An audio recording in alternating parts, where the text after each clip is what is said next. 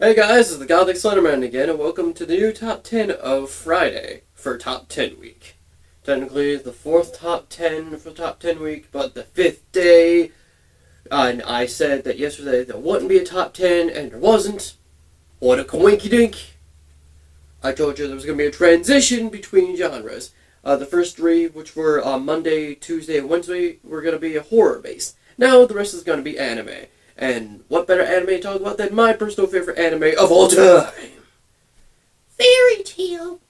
What better way to talk about Fairy Tail than not talk about Fairy Tail? See what I did there? I'm talking about the top 10 personal favorite characters from Fairy Tail who don't go to the Fairy Tail Guild. Rules? I just told you one.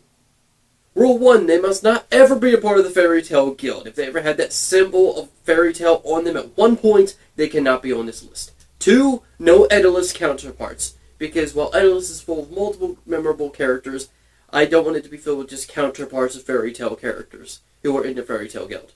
Or Edalus characters from the Edalus Fairy Tail Guild. It's weird. 3, no OVA or movie characters. I'm going to focus on the main series. And lastly, no celestial spirits, because I think that's deserving of its own list. Oh, by the way, this is my own personal list. If your favorite character who doesn't go to the Fairy Tail Guild is not featured on this list, I'm sorry. Let's just move on, shall we? IKEA! Men! When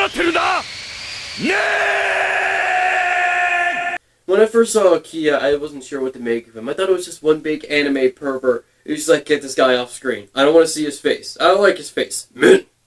But they begin to bring him back multiple times, and you begin to realize he's actually the strongest member of his guild, Blue Pegasus. I thought he was the master, but apparently that's Bob. Don't ask who Bob is. It's like they have a great way of keeping that illusion, because there are these 3 other characters that follow IKEA to basically the ends of the earth. They call him Sensei and Senpai and all this crazy shit, and I want to know the relation.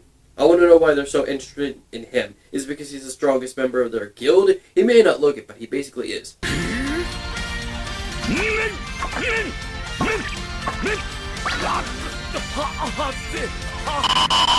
Cobra from the Irration Saiths. You know what? Fairy Tail just seems to have a big fascination with the Irration Saiths, because apparently they came back twice in 2 different arcs, and Cobra came back in a 3rd arc fighting a bunch of dragons. Well, actually 1 dragon, but there was a bunch of dragons in that arc.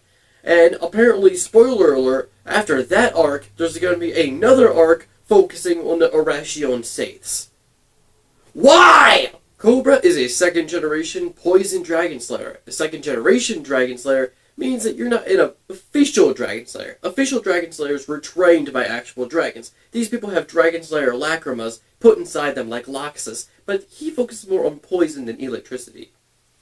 Even though he's not an official dragon slayer, he has the strength of an official dragon slayer. Not only does he have the ability to control poison, he has incredible hearing to the point where he can hear your thoughts. I'm not sure how that has to do with your ears, but whatever. And apparently every sound he uses, including your own voice, can be struck right back at you. This was introduced after the time skip of 7 years. Fairy Tail is a complicated series. You need to watch the entire series to know what the fuck I'm talking about. And I've watched every episode so far.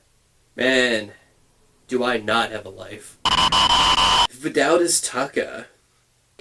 As soon as I saw this guy, I'm sitting there going, yeah, I could get with this guy. I could get with him. He is one of the members of Trinity Raven, which are apparently a group of assassins. I wasn't sure what magic he had at first. At first I thought it was hair magic. I'm pretty sure that's what it mainly is. But then he also has that guitar. I thought it was with sound. And I thought, oh, they're going to take the predictable route and make him all about sound. Nope. He has hair magic, which is kind of weird.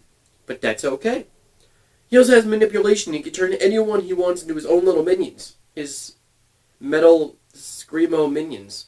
Can I please have that power? Please? Not to turn them all into minions, but to conquer the world with Screamos and metalheads. I mean, he did the same thing with Juvia. But I had to say, she looked good. It was like, damn. Jura. Jura is one of the 10 wizard saints, and I thought that meant he was part of the Magic Council, but apparently that's not the case. He has the ability to harden the earth. I thought it was going to be like a predictable route. He was going to be like a wise man because he looked like a wise man. And some series tend to take stereotypes. They're like, oh, if they look like this, they absolutely have to be this. Ah! harden the earth. Take that, Potato Head. As much as I like to make fun of his potato-shaped head and his ability to harden the earth, he's still one of my favorite characters. Is it mainly because of that? I don't know, I just like seeing him on screen. It's just so many things that are ironically hilarious about the character in standard fashion, but that's not why I like to see him on screen. You know why I like to see him on screen? I don't know. Potato Head, who likes to harden the earth. Leon! I first thought it was lion, but apparently it's Leon. I'm not sure if that's how you really pronounce it. That's how they pronounce it in the series, Leon. Leon. I'm sorry! He was taught by the same person who taught Gray Fullbuster how to use Ice Maker magic, Master Uller. But the only difference between his Ice Maker magic and Leon's is that Gray's is more based on solid objects, and Leon's is based on living organisms. Sounds freaky at first, I know, but it's not. It's actually quite badass. I have a theory, and correct me if I'm wrong.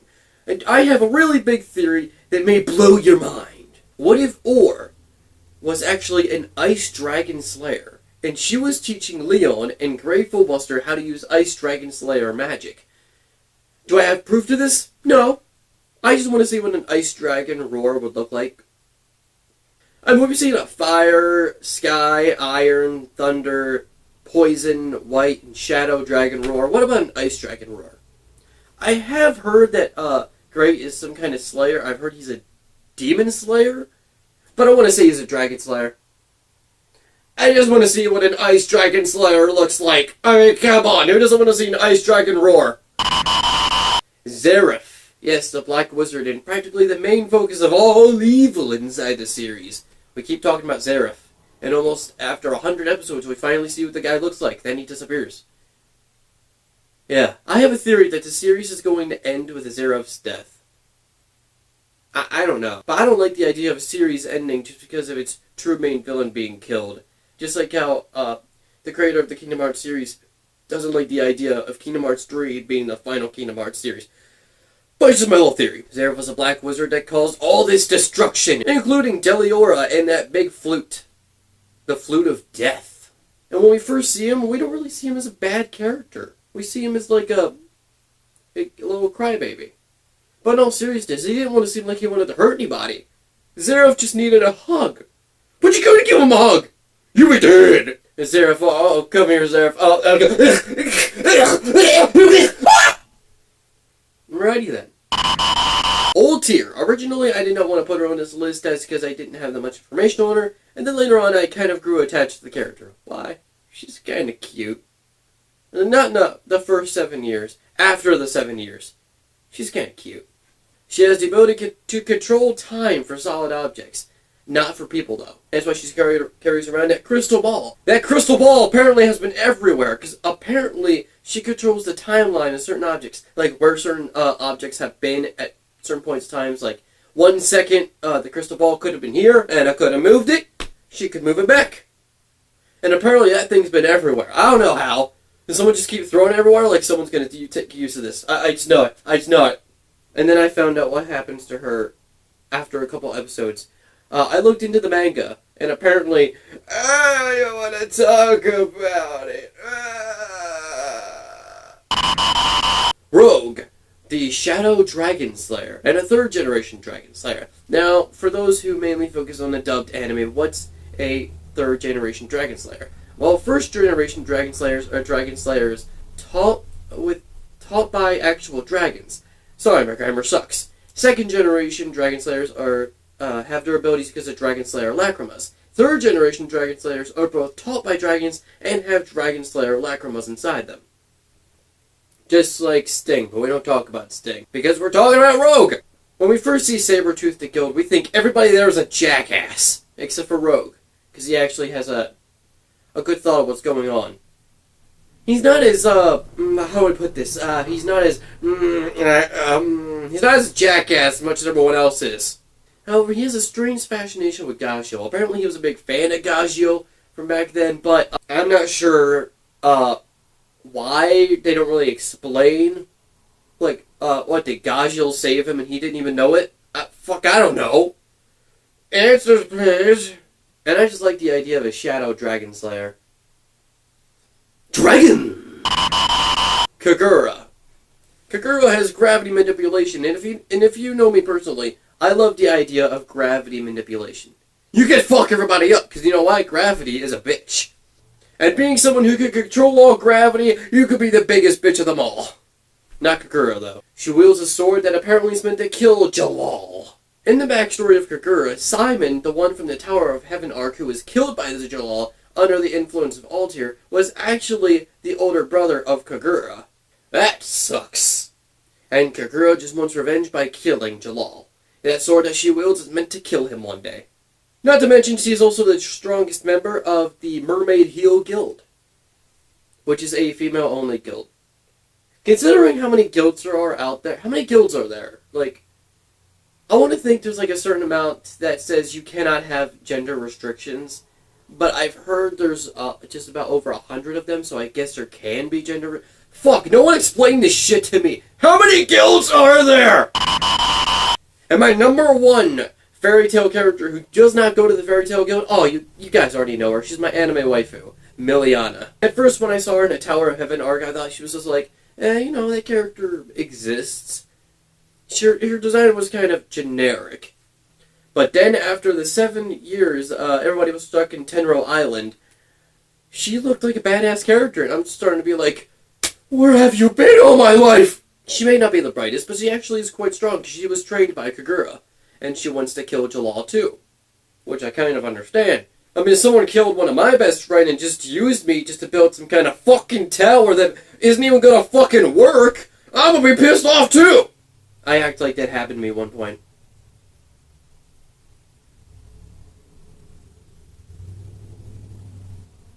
At first I thought her magic was kitten magic, which would be fucking adorable, because she's fascinated with cats, and I thought she was a character that was actually half cat, half human, but apparently it's just her hair.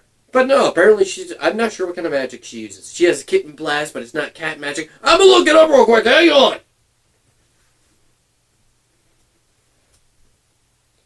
Oh god, why are fucking people messaging me now? Oh my god, I can't find it. Binding magic? Oh, you know what I'm gonna do with that. Alright, just the biggest pervert of them all. Oh my god. I hope you guys enjoyed this list. Like, maybe favorite, subscribe if you want to see some more. I make videos every day. And remember, whales see fish and sailing at least once in our lives. Why can't you be mine? I'm such a motherfucking weirdo. God damn it.